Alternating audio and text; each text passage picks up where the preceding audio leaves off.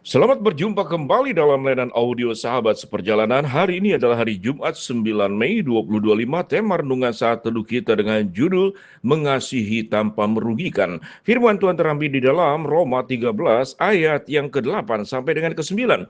Janganlah kamu berhutang apa-apa kepada siapapun juga, tetapi hendaklah kamu saling mengasihi. Sebab barang siapa mengasihi sesama manusia, ia sudah memenuhi hukum Taurat. Karena firman, jangan berzina, jangan membunuh, jangan mencuri, jangan mengingini, dan firman lain manapun juga sudah tersimpul dalam firman ini, yaitu kasihilah sesamamu manusia seperti dirimu sendiri. Mari kita berdoa. Bapa yang di dalam surga, kami ingin belajar mengasihi dengan cara benar, mengasihi dengan cara bijaksana, dan tentu mengasihi dengan cara-cara Allah.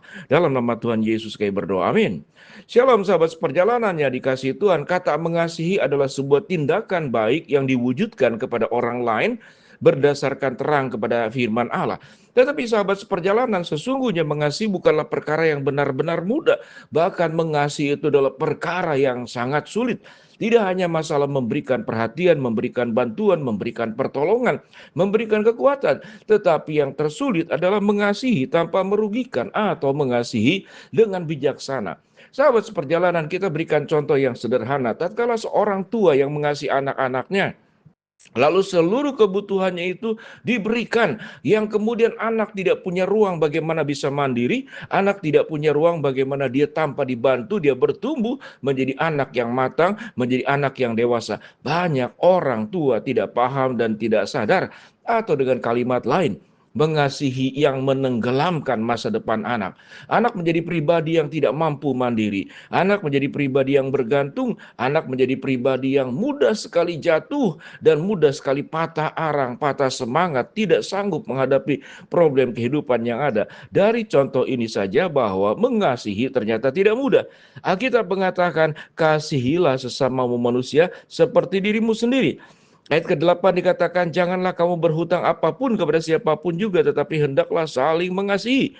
Barang siapa mengasihi sama manusia, ia telah memenuhi hukum Taurat. Ayat ke-9 adalah contoh-contohnya. Jangan berzina, jangan membunuh, jangan mencuri, jangan mengingini, firman lain manapun juga yang tersimpul dalam firman ini.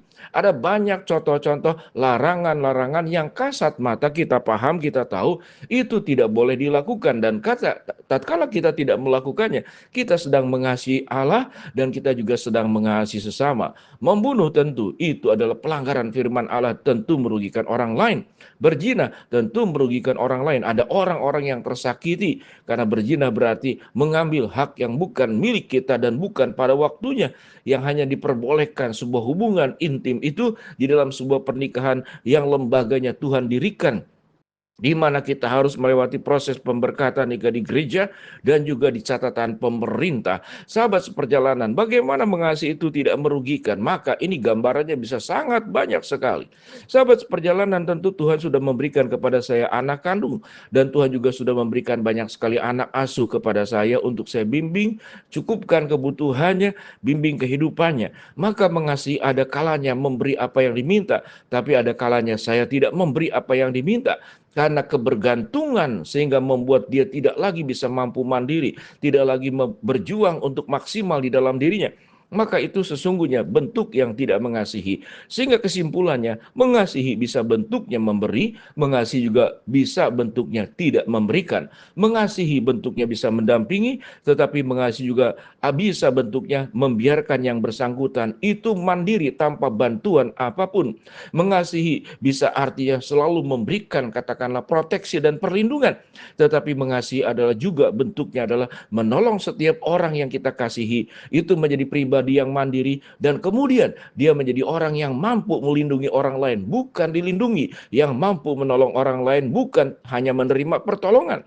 Yang mampu belajar mengerti orang lain, bukan hanya dia menerima pengertian yang kita berikan kepadanya. Sehingga kesimpulannya, mengasihi itu tidak mudah, mengasihi itu rumit, mengasihi itu harus berpikir bagaimana tidak merugikan. Tidak kemudian kita juga berdiam diri, tidak memberikan apa yang harus diberikan. atau kita memberikan sesuatu melebihi apa yang seharusnya diberi, maka dua tindakan itu adalah tindakan bentuk tidak mengasihi. Sewaktu ada orang membutuhkan, kita tidak memberi, itu tidak mengasihi. Tetapi sewaktu orang cukup diberi, dan pada saatnya orang itu harus mandiri, orang itu harus berjuang, supaya dia tidak hanya menjadi penerima, tetapi dia juga menjadi seorang yang mampu memberi kepada orang lain. Maka pada saat proses dari menerima dan mampu memberi kepada orang lain, itu namanya jeda pendidikan. Apa yang dimaksud dengan jeda pendidikan? Di masa-masa jeda itulah dia harus mampu mandiri. Kalau kita melihat seperti anak burung terus diberikan makan oleh orang tuanya, burung itu kemudian induknya terus mencari makanan, tapi sampai titik tertentu tatkala sayapnya sudah berkembang dan saatnya terbang, induk itu menghentikan memberi makan kepada anaknya di sarang. Mengapa demikian? Supaya anak itu kelaparan, dan tatkala proses kelaparan burung itu, dia kemudian berjuang untuk keluar dari sarangnya, mengepakkan sayapnya, dan memang sayapnya sudah siap untuk terbang. Artinya di titik tertentu seseorang kita kasihi dengan kita beri, tapi di titik yang lain seseorang itu kita kasih dengan cara menghentikan pemberian. Karena mengasihi, tidak hanya orang itu menerima kasih, tapi orang itu dididik bagaimana dia bisa mengasihi orang lain. Di sanalah yang namanya ada jeda pendidikan. Apa yang dimaksud dengan jeda pendidikan? Anak itu atau orang yang kita kasihi dibiarkan sendirian, karena itu proses bagaimana dia harus mandiri. Dia mencukupkan dirinya, melengkapi dirinya, memenuhi segala apa yang dibutuhkan oleh dirinya. Kemudian dia menjadi orang yang siap untuk bisa memberi, menolong orang lain, menguatkan orang lain. Itulah yang disebut dengan pendidikan. Itu yang disebut dengan jeda di dalam mendidik. Sehingga mengasihi itu tidak boleh merugikan. Bentuk apapun juga itu adalah harus kita lakukan. Kita tahu dengan jelas bagaimana Tuhan Yesus setelah memberi makan dan segala macam, tapi Tuhan memerintahkan orang itu bisa menjadi saksi Tuhan, mengabarkan kerajaan Allah kemana-mana. Artinya di awal pertama dia menerima kerajaan Allah, maka sesudah itu orang tersebut harus dilatih untuk mewartakan kerajaan Allah. Itu yang dikatakan dalam firman Allah. Dalam sebuah hukum, kasihlah Tuhan Allahmu dengan segenap hatimu, dengan segenap jiwamu, dengan segenap akal budimu, dengan segenap kekuatanmu. Dan kasihilah sesamamu manusia seperti dirimu sendiri. Kesimpulannya, mengasihi tidak hanya terus mendapatkan, memberi, dan itu akan kemudian melumpuhkan yang bersangkutan. Tetapi pada saat orang itu membutuhkan, kita tidak bisa juga tidak memberikan, karena orang akan mati. Mati perasaannya, merasa tidak diperhatikan, merasa tidak dikasihi. Tetapi di titik tertentu dalam nama yang disebut dengan jeda pendidikan, orang tersebut dilatih untuk mampu mandiri. Karena sesungguhnya mengasihi adalah tidak hanya membuat orang itu menerima berkat, perhatian, kasih sayang, kekuatan, tetapi dia disiapkan untuk menjadi pemberi, menolong orang lain, menguatkan orang lain, memberkati orang lain. Pada titik itulah maka kasih menjadi sempurna. Kasih yang sempurna adalah tentu seperti kasih Kristus kepada kita.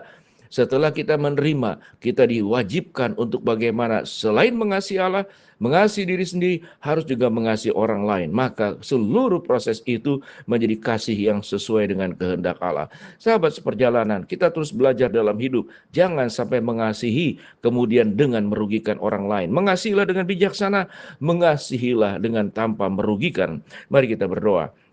Bapa dalam surga, terima kasih buat kebenaran firman Allah yang kami pelajari. Hamba mau berdoa buat sahabat seperjalanan yang sakit, Tuhan jamah sembuhkan. Sahabat seperjalanan yang sedang menghadapi masalah, Tuhan bukakan jalan. Sahabat seperjalanan yang sedang berdoa mengharapkan sesuatu, Tuhan kabulkan dengan waktu dan caranya Tuhan. Tuhan bimbing dan tolong kami, supaya kami bisa mengasihi dengan tanpa merugikan, mengasihi dengan bijaksana, mengasihi sebagaimana Tuhan mengasihi kami. Dalam nama Tuhan Yesus kami berdoa. Amin.